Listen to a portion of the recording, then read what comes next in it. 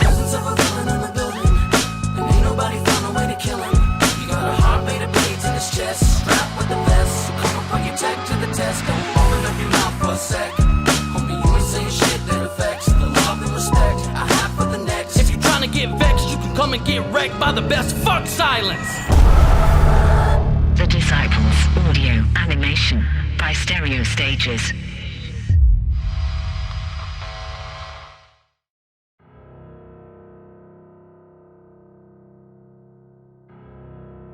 Senior year in high school. We were still living in the old house on Cherry Lane. At this point, I'd spent more of my life in Georgia than anywhere. It was my home. Even though my graduating class was only 57 kids, I'd grown to love our life there. Everyone knew everyone, and for the most part, we were all friends. It had been years since I had an incident, and I really thought I'd put all that Nightface stuff behind me. Night terrors are what my therapist had called them. Incredibly vivid and realistic nightmares revolving around a demonic entity I'd created in my mind. I mean, on paper, the explanation was pretty solid.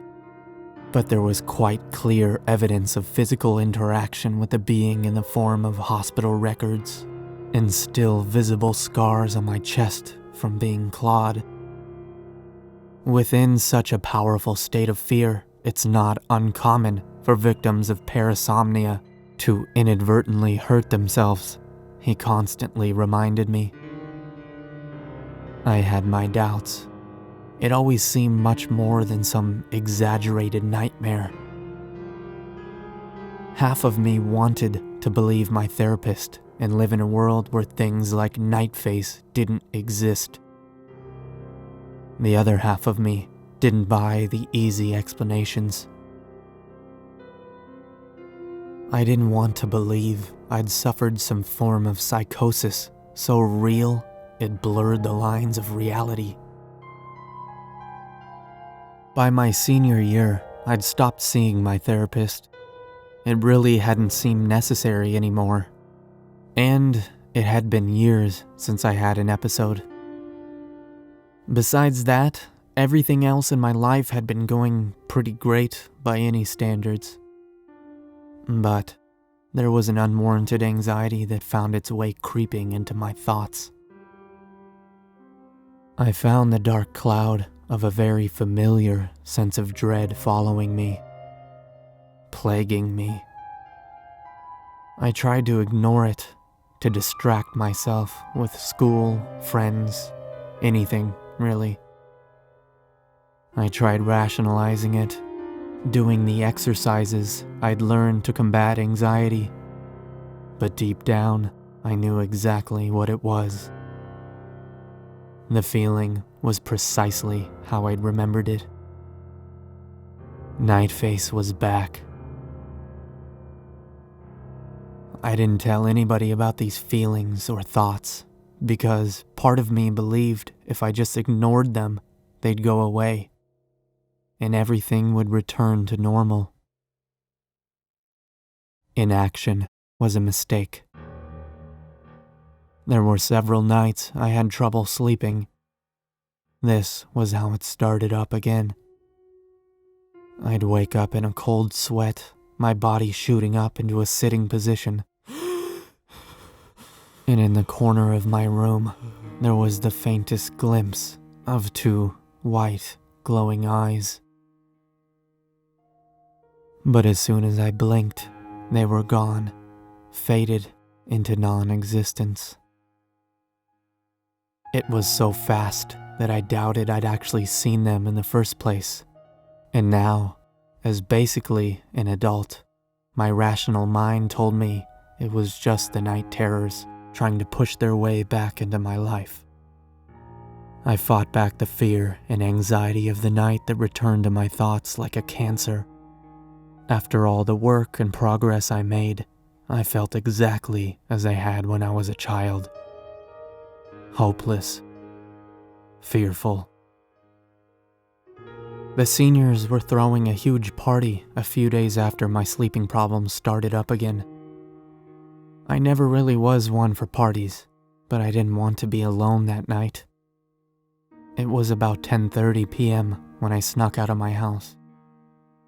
This wasn't something I had ever done before, but looking back, I see that my decisions were motivated by fear.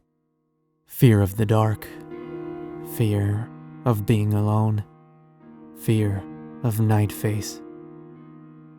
Most parents would tell their kids that everything was okay, that there was nothing to be afraid of. Most parents would be right. Most. I made my way to the high school, riding the Shoelace Express. One of the kids was the janitor's son. He'd opened the school with his dad dozens of times and knew the alarm codes, so it was as easy as snagging the keys. I'll admit that there did seem to be something cool about throwing a party at the school after hours. It sucked being 17 and not having a car, but it was only about 2 miles away from my house.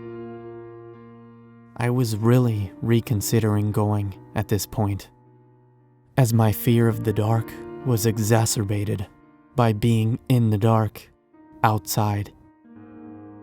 There were actual, provable things that could kill you outside. Not just a demon that haunts my dreams. But, as it turns out, I was still more afraid of my own personal demon than nocturnal predators. There was this noise behind me, almost like a sickly, wheezing laugh, but much deeper.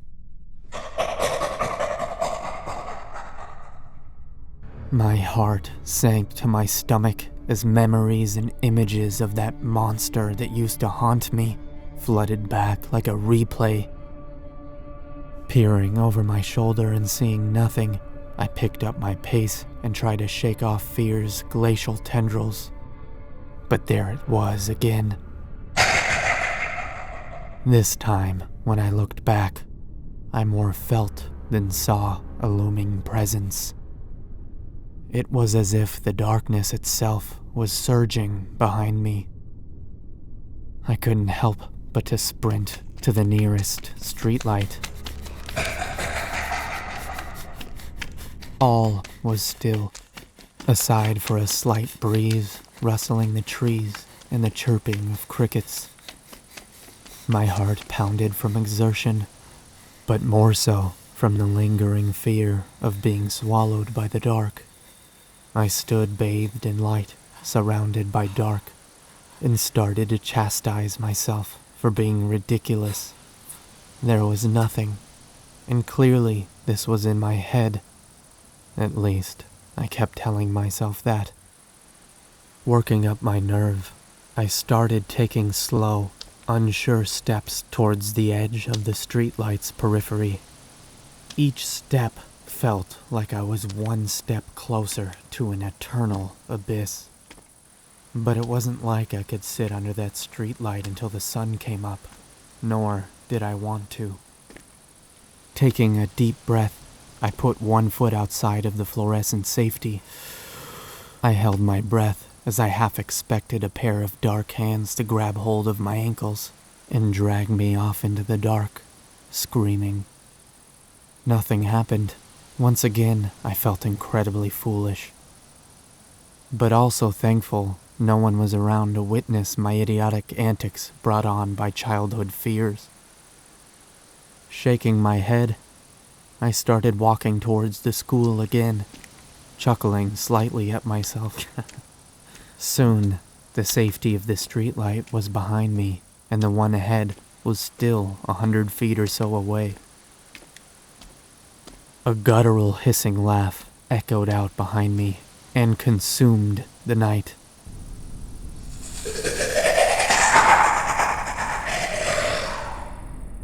Ice flowed through my veins and rushed to my head with the confusing fog of terror and adrenaline. All around me, the darkness swelled, becoming thicker and more tangible. 2 glowing white eyes rose from the pitch black, growing taller and larger until they looked like 2 malevolent moons. They didn't exude light, but seemed to consume it, like the last visage of a dying star. Inhuman cackling resounded behind me, but I wasn't interested in looking at the thing any longer. I've long known the face of death. My feet slapped against the hard pavement, almost in time with my thudding heart. I could feel the cold, freezing breath of that demon on the back of my neck. I could feel its horrid, wheezing cackle reverberating in my chest, growing in both depth and volume. Although I sprinted towards the safety of the next streetlight, I was caught in a virtual sea of darkness. It surged around me, grabbing at my feet and legs like thick muck, sucking me down, slowing me. A wall of black rose in front of the streetlight, creating a barrier between myself and it. No longer allowing the cone of safety to be seen. Like a helping hand just out of grasp from a drowning man, I sank into the darkness. It was all around. There was no up, no down, no left, no right. Only the dark and that which dwelled within it, Nightface. His voice, for lack of understanding, echoed through the darkness that was his realm. It was everything. It was fear. It was pain. It was eternity. Before, Nightface had wanted to consume me. But now, his hate was palpable. It wanted me to suffer indefinitely. The screaming of souls resounded like the wailing winds of hell. Their voices melded in anger, fear, pain, hatred, and torture. Some warned me to run. Some cursed me to damnation. The one thing they all had in common was suffering. Looking up at the towering figure of torment itself, the hopelessness of my fate was all but assured. At 30 feet in height and still growing with the surrounding darkness, the creature's maw opened, round and circular, revealing rows upon rows of jagged, hooked teeth, like that of a sea lamprey. From within the depths of the maw was the dim glow of souls. Their screaming and struggling outlines created a mosaic of an entirely self-contained world. No, not a world, an existence, a hell of his own creation and domination. The hulking demonic form, somehow darker than the surrounding walls of black, sent its head stretching and drooping down towards me. Completely frozen, and with nowhere to run, even if I weren't, I stared up into the bowels of hell. It reached ever closer, shuddering with anticipation and breathing in the scent of my soul. I'll never forget that moment of helplessness. I tried to simply dismiss a hell that others told me didn't exist. Sure, maybe not to them, but it was my soul and flesh that this thing wanted. I'd become complacent, and it nearly cost me everything. For a second time, I survived Nightface through sheer, dumb luck. The sound of a car engine came from seemingly far away, muffled and distorted. But a light fought against the surrounding dark. The powerful black surged and pushed against the intruding light, but could not stop the divine beams. Nightface hissed, and the great serpentine maw rushed towards me. I closed my eyes involuntarily in expectation of my impending fate, just as the demon's semi-truck-sized jaws enveloped me and were about to close. The speeding car's headlights penetrated the black and dissipated the dark abomination. His form blended away into the night, leaving behind a hissing roar of hatred. That noise was more than just an angry exclamation. It was a promise. He'd been biding his time, growing in power. That much was evident from the experience I'd narrowly survived. The promise was that he was coming for me. I turned my head to see the two blinding lights that had just unknowingly saved me, speeding right towards me in an ironic twist of fate. My hand instinctively went up to shield my eyes from the assaulting brightness as the car skidded to an abrupt stop mere inches from painting the pavement with me. Having had enough near-death experiences in those few minutes to last a lifetime, all I could do was shiver breathlessly, still trying to process what happened. I stood there motionless and gulped air when I heard the car's window roll down. A familiar voice cut through the ringing silence. Dude, what the hell are you doing out here in the middle of the road? It was Johnny, one of the first kids I met when I moved to Georgia. I'd never been so glad to see anyone as I had in that moment. He never knew that he saved my life that night. Are you going to the party? He asked, undaunted by the situation or my silence. I just nodded. We'll get in, unless you prefer to walk. I did not prefer to walk. With a great haste, I got into the passenger side of his car, and we were off. Whether or not it was my imagination, I'm not sure, but I could see a pair of dull, luminous white eyes following and watching me outside the moving car. Man, it's really dark out tonight. Johnny said, completely unaware of what the darkness really was.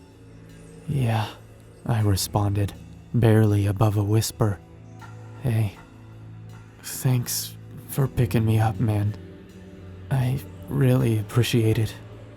Oh, for sure, dude. You alright? You seem a bit shook up. I'm fine. Just thought I heard something is all.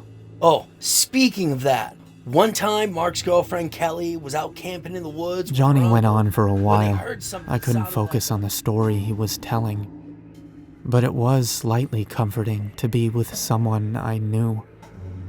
It also didn't seem to bother him, or he didn't notice that I wasn't listening, as he just kept going on. No, my focus was on the stalking white orbs that followed me like a shadow.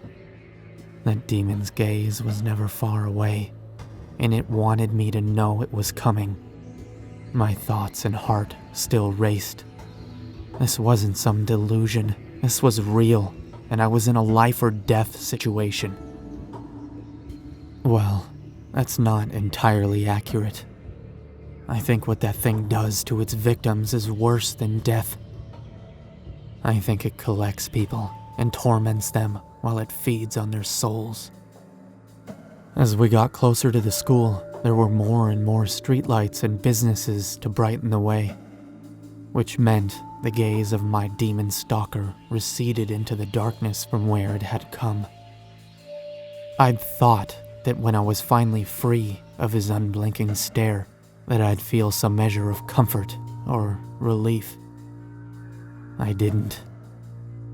I knew he was still out there, waiting for his chance to consume me. The only difference was, now I didn't know where he was. These thoughts and fears ate away at me. I was scared for more than just my life.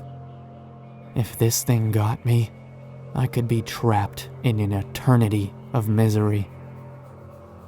Pulling into the school's parking lot, my heart sank once again. There wasn't a car in sight, and all the lights were off, inside and outside of the building. I looked at Johnny with more than a little panic etched onto my face. He just smiled back at me and said, "Oh, don't you worry. This party is going down. Did you think everyone was going to park up front to advertise our little illegal shindig?" He had a point, but my mind was having trouble focusing on anything other than impending doom. My racing thoughts explored all the abysmal possibilities that ended with an eternity of suffering in a malevolent entity's personal hell. We pulled around the back of the school to see about 50 cars parked behind the bus barn. There were kids everywhere, walking to and from the cars in the school. They seemed wholly unaware that there was something beyond deadly prowling the dark. Then again, it seemed as if the damn thing was only interested in torturing me. My anxiety shot through the roof once more when Johnny parked his car and was about to get out. How could I leave the safety of the vehicle and willingly go out into the darkness again?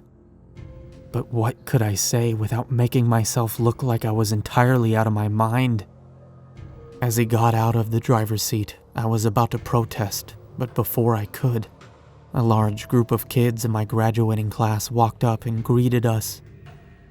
The suddenness of it, mixed with the fact that at least half of the 15 or so people were girls, stole the words from my lips. One of this world's universal truths is that boys have always and will always do stupid shit to impress girls. I was still, understandably, in a shell-shocked state of mind. I did my best to stumble through awkward greetings without letting on to how distressed I really was. Without having time to think of a good reason as to why I needed to get to somewhere with more lights than the lamp section of Home Depot, I was swept along with the group traversing the dark field to the school. Shuffling my way into the middle of the group as nonchalantly as possible, I scanned 360 degrees, looking for any sign of the dull white glow of my tormentor's eyes. Amazingly, we made it into the school without incident, and without a trace of Nightface. The atmosphere within was completely opposite from the sinister, oppressive dark. The hallways were lined with LED rope lights, as well as props from the drama class. Whoever set all this up really had done a good job. Music played from somewhere further down the hallway, probably the gymnasium, where whoops and cheers as well as laughter also echoed from. At this point, I really felt like I would be all right, surrounded by my peers, and most importantly, light. What I couldn't have known at the time was that this night would become one of the worst in my life.